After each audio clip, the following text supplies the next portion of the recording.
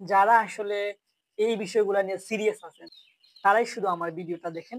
আর যদি আপনি এই বিষয়ে কোনো প্রশ্ন না থাকে বা সিরিয়াস নয় তাহলে আসলে আমার কাছে মনে হয় আপনি স্ক্রল করেন। আপনার এই সময়টা এখানে নষ্ট করার প্রয়োজন নেই। আপনি অন্য কাজে দেখা যায় আপনি অভিজ্ঞ বা দক্ষ আছেন সেই কাজে আপনি ব্যয় করেন। আমার কথা হচ্ছে আপনি যেকোনো একটা জিনিস করেন। আসসালামু আলাইকুম। সুপ্রিয় দর্শক, আশা করি সবাই ভালো আছেন।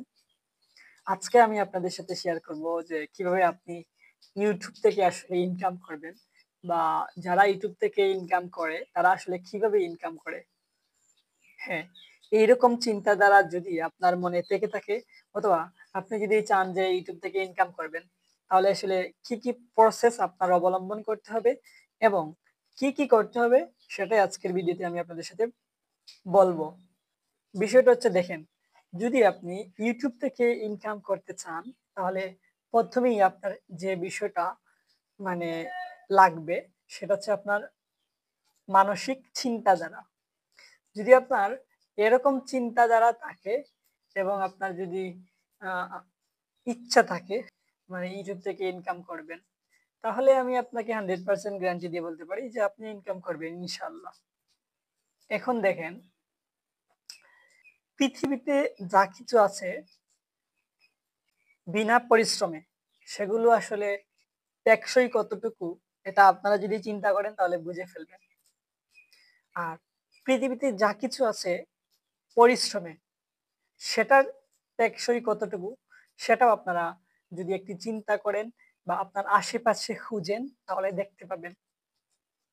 আমি এটুকু আপনাকে বলতে পারি যে যত কিছু পরিশ্রমে সবকিছুর টেকসই কিন্তু অনেক দিন যাবত, আর যাহা পরিশ্রমহীন তার টেকসই কিন্তু কিছু সময়। পরিশ্রমী হতে হবে। এখন আরেকটা বিষয় বলে রাখি যে সময়, স্থান এবং বিষয় ভেদে পরিশ্রমের ধরন কঠোর হতে পারে, আবার সহজও হতে পারে। তো আমি সময়, স্থান ও বিষয় ভেদে ভিন্ন হতে পারে কেন বললাম সেটা হচ্ছে দেখেন, আপনি যদি একজন ব্লগার হন তাহলে এক ধরনের ভিডিও আপনি তৈরি করবেন, এখানে এক ধরনের পরিশ্রম আছে। আবার আপনি যদি কোনো কম্পিউটার রিলেটেড শিক্ষণীয় ভিডিও করেন অথবা মোবাইল রিলেটেড শিক্ষণীয় ভিডিও করেন তাহলে এক ধরনের পরিশ্রম হতে পারে। আবার আপনি যদি একজন শিক্ষক হন এবং বিভিন্ন সাবজেক্টের উপর আপনি যদি ভিডিও তৈরি করেন সেগুলো যদি আপনি ইউটিউবে আপলোড করেন বা ফেসবুকে আপলোড করেন সেক্ষেত্রে এক ধরনের পরিশ্রম হতে পারে। তো নিশ্চয়ই আপনি বুঝে গেছেন যে এখানে পরিশ্রমের ভিন্নতা আছে। তো আপনি কি করবেন সেটা হচ্ছে, আমি আবার বলতেছি আপনি কি করবেন সেটা হচ্ছে আপনি যে বিষয়ের উপর অভিজ্ঞ অর্থাৎ আপনি দক্ষ, আপনি এই বিষয় সম্বন্ধে জানেন, আপনার এই বিষয় সম্বন্ধে যথেষ্ট জ্ঞান আছে, তাহলে আপনি সেই বিষয়ের উপর তৈরি করেন ভিডিও। তাতে সবচেয়ে বেশি সুবিধা হবে। এটা কেন বললাম সেটা হচ্ছে আপনি নিজে থেকে আপনি নিজেকে মানে প্রথমে যাচাই করে দেখবেন যে আসলে আপনি কোন বিষয়ের উপর বেশি অভিজ্ঞ বা আপনি কোন বিষয়ের উপর ভিডিও তৈরি করতে পারবেন, সময় দিতে পারবেন, সেই বিষয় নিয়ে আপনি তৈরি করবেন। আর যারা মূলত পড়ালেখার সাথে জড়িত আছো তারা যদি তৈরি করতে চাও তাহলে যে বিষয়টা হচ্ছে আপনি অবশ্যই বেশিরভাগ সময় পড়ালেখার প্রতি ফোকাস দিবেন। আর যে সময় আপনি মানে ফ্রি আছেন সেই সময় তৈরি করার চেষ্টা করবেন। কারণ ইউটিউবিং করে অনেকেই আবার মানে অনেক টাকা ইনকাম করতেছে, আবার অনেকেই কিছুই করতে পারতেছে না। এই বিষয়টা আমি কেন বললাম সেটা হচ্ছে আমার কথা হচ্ছে আপনি ইউটিউবিং করবেন অন্য পেশার পাশাপাশি অথবা আপনি ভিডিও তৈরি করবেন অন্য পেশার পাশাপাশি। আপনি যে শুধু মানে ভিডিওতে সময় দিবেন অন্য পেশা করবেন না, আমার কাছে এটা আসলে গ্রহণযোগ্য কোনো বিষয় নয়। আমার কাছে গ্রহণযোগ্য বিষয় হচ্ছে আপনি অন্য একটা পেশা করেন, সেই পেশার পাশাপাশি আপনি ভিডিও তৈরি করেন, আপনি ফেসবুক বলেন বা ইউটিউবে বলেন সেটা আপলোড দেন। ঠিক আছে? ইউটিউবিং করে আপনি অন্য একটা পেশাকে ছোট করার চেষ্টা করবেন না। আবার আমি অন্য একটা পেশায় থাকেন, ইউটিউবিং কে আমি ছোট করতে চাই না। বা কনটেন্ট ক্রিয়েশন যেটা আছে সেটাকে আমি ছোট করতে চাই না। ঠিক আছে?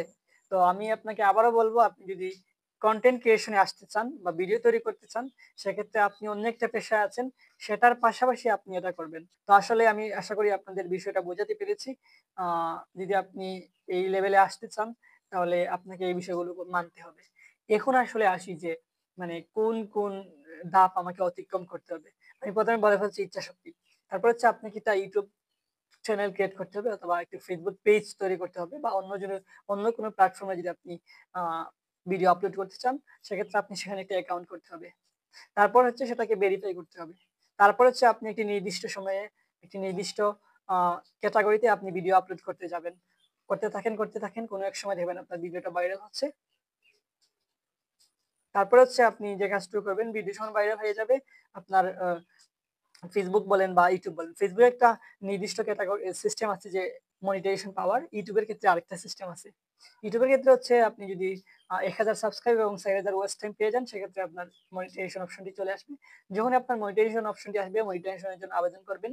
আবেদন করার পরে আপনি আ কয়েক ধরেন কয়েক বলতে যখন আপনার $১২ হয়ে যাবে, সেই সময় আপনার কাছে অ্যাডসেন্স থেকে একটা লেটার আসবে পিন ভেরিফিকেশন এর জন্য এবং অ্যাড্রেস ভেরিফিকেশন এর জন্য।